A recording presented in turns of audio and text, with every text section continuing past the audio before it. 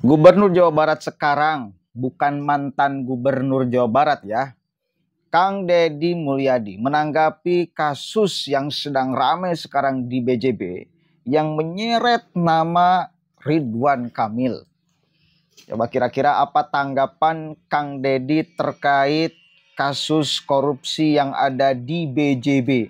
Karena itu aset Pemda ya. Maka beliau pun berkomentar menanggapi persoalan itu. Kita baca sama-sama. Dugaan korupsi BJB. Deddy Mulyadi, pelayanan tetap harus berjalan optimal. Dan nanti wartawan itu nanya persoalan Ridwan Kamil yang diseret namanya. Kita coba baca dulu ya.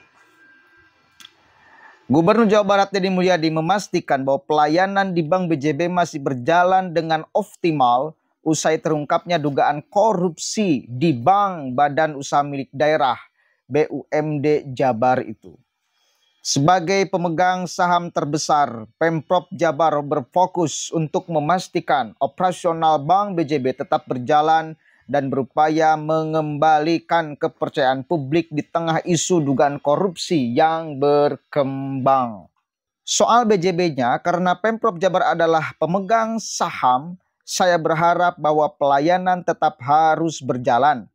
Kan orangnya sudah mengundurkan diri, jadi tidak mengganggu proses yang sedang berjalan, kata Kang Deddy kepada awak media. Kemudian, di sisi lain, Deddy menolak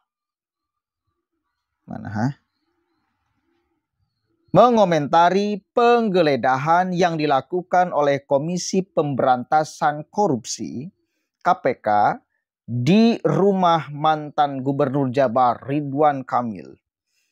Deddy menegaskan bahwa kasus tersebut kini berada di tangan KPK dan merupakan kewenangan lembaga tersebut.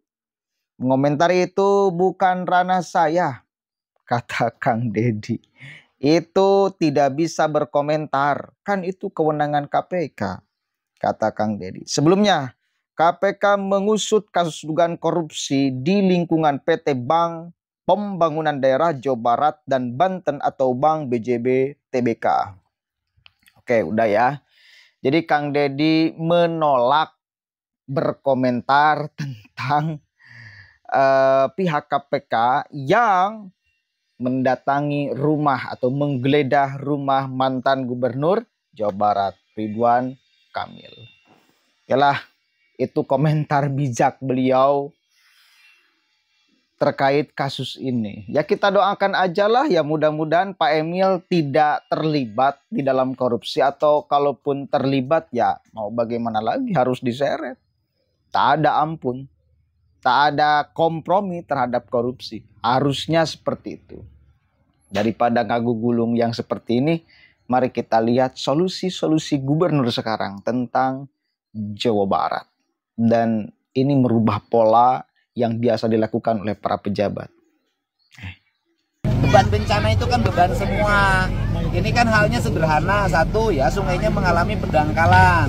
Walaupun bulan Desember sudah dikeruk. Yang kedua, jembatannya lurus. Nanti jembatannya dibongkar, dibuat melengkung. Ya, nanti saya bangun jembatannya. Yang ketiga, warganya jorok. Buang sampah ke sungai. Yang keempat, hutannya rusak. Pohonnya dibabatin.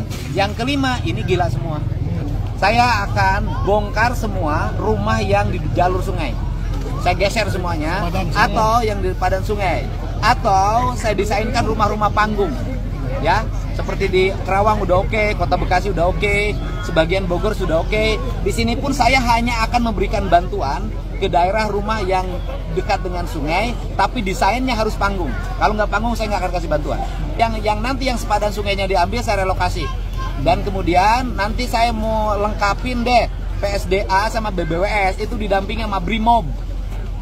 Agar rapi. Sekarang tuh daerah aliran sungai itu bantaran sungainya penuh bangunan. Nanti kita mau bongkarin, rapiin biar enggak lagi terjadi pada bulan Desember ke depan. Saya nggak mau tiap tahun langganan begini-begini terus. Nanti kan alih fungsi lahan dulu. Kan kita nggak bisa ngeberesin hilir kalau hulunya nggak beres. Hulunya dulu, hulu kotaknya jangan duit terus, ya. Itu katanya di sana banyak lahan PT juga sehingga banyak. Iya, PT-nya mau saya panggil. PT-nya harus PTPN, bukan PT sewa lahan. Normalisasi air itu bukan hanya di sini, di seluruh Jawa Barat kita normalisasi dengan target Desember nanti nggak terjadi lagi. Iya, betul. Gitu Pak. Akhir tahun ini pasti hujan lagi. Mungkin Pak Gub, yang Cilengsi Cikeas itu kemarin, tadi kan Bu Dirjen begini, kalau sampaikan ke Pak Gubernur nggak kan? Jadi kalau desain dan penanganannya sudah siap, tinggal perhitungan. Nggak, itu kan yang ini ya. Kita nggak mau itu. Pokoknya saya besok turunin alat, keruk. Saya emang nggak mau tahu mau tanah siapa, saya uruk. Gitu aja Pak. Repot Pak kalau masa gini lagi bencana kita harus pembebasan tanah dulu. Saya emang nggak ada komplain ke saya. Pokoknya apalagi tanah pemerintah PJT, saya uruk. Gitu Pak. Lama Pak antar koordinasi nggak selesai.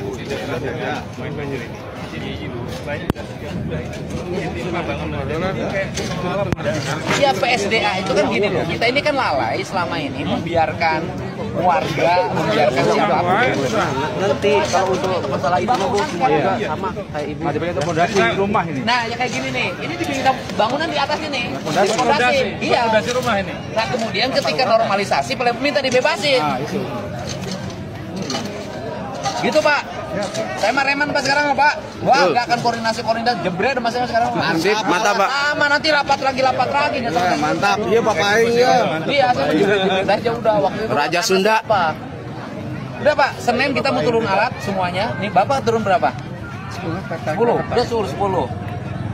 PSD kerja duit ya? Mantap.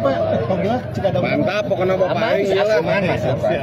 Beres datang Pak Paing mah lah mantap. Pak, dari kegiatan yang di Cidadat yang untuk Bojong Kopo. Yang PU pusat ya? Ya. Udah mulai? Udah mulai. Beli udah turun? Enggak, kita nggak pakai beli. Jadi sementara kita landaikan dulu jalannya sampai Lebaran. Pasca Lebaran baru kita bongkar. Artinya bisa dilewatin?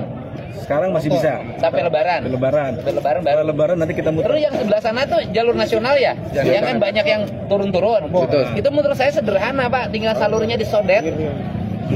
Jadi problem kita ini satu Pak, pemelihara jalan itu kurang optimal karena mungkin tenaganya. Alat-alat yang kecil harusnya jalan. Kan kita jalan tuh semuanya rata begini. Jadi gara-gara ini gorong-gorongnya tuh banyak karena laporan. Iya. Sumbat kayak ya gitu. artinya desain infrastruktur jalan juga harus mulai diperbenahi. Dulu kan kalau Belanda, kalau yang daerah rawan digituin tuh. Iya. Kalau Belanda kan dulu gituin tuh. Kalau Belanda, sama kita dilurusin Pak. Jalan-jalannya. Iya, jalan-jalan ada hongnya kan di bawah. Nah oleh Belanda itu kan dulu mah naik. Kalau Belanda kan, sama kita rubah konstruksinya jadi lurus. Jadi begitu air banyak bawa sampah atau material lain selalu jadi masalah. Yang berubah adalah ini kan hari ini alamnya berubah, konstruksi bangunan juga menurut saya desainnya harus segera dibenahi. Manusianya sudah mulai gila. betul. Ya kan? Cuma warga cuma ngomong aja kerjanya hari ini, buang sampah di mana aja. Kerja bakti aja udah susah, nanti kalau udah bencana baru nangis-nangis. Kerja bakti aja susah. Ada kasur ya. Kita belakan kerja bakti. Tapi memang bangsa Indonesia harus diginiin dulu, baru ingat. dicontohin lah. Sadar. Nanti kasih bencana baru pada ingat. Aing lawan. Aing gitu sih teh.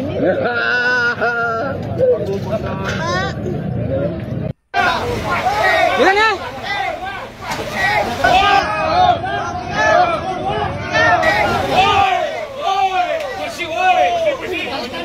Jadi dari kemarin kalau kita ngabanungan sama-sama apa yang selalu dilakukan dan menjadi terobosan baru tentunya di pemerintahan. Kang Deddy itu membawa pemerintahan itu sangat santai Pak. Tidak formalistik. Kan itu ya, tidak formal. Tidak ada bahasa yang, kita rapat untuk merumuskan ini, kita rapat. Nggak ada. Jadi seolah-olah di tangan Kang Deddy, pemerintahan itu dibawa santai, dibawa kalem. Ya, kan itu dibawa santai, dibawa kalem. Tetapi setiap kebijakan yang dikeluarkannya mengena gitu loh. Itu merubah kebiasaan sih.